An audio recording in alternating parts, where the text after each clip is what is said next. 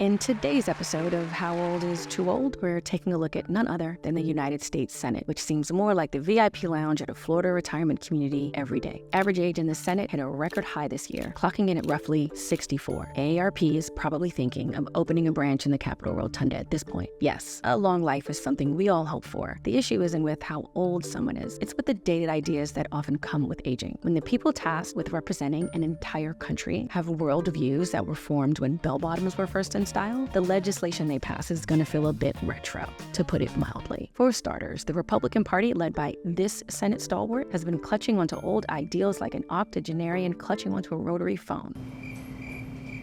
All right, I'm sorry, you all, we're gonna need a minute. I mean, let's just break down how much the GOP loves to dismiss problems while supporting the issues that cause them. The party is pro-life, but against expanding healthcare access, skeptical about the validity of the climate crisis, but all in on fossil fuels. And let's not forget their consistent hymn on tax cuts for the rich, the political equivalent of giving a caffeine boost to a racehorse that's already won the Triple Crown. Democrats also still cling to their seasoned leaders like toddlers to a security blanket. Consequences be damned. Say aye. Pardon me? Aye. Yeah, just say aye.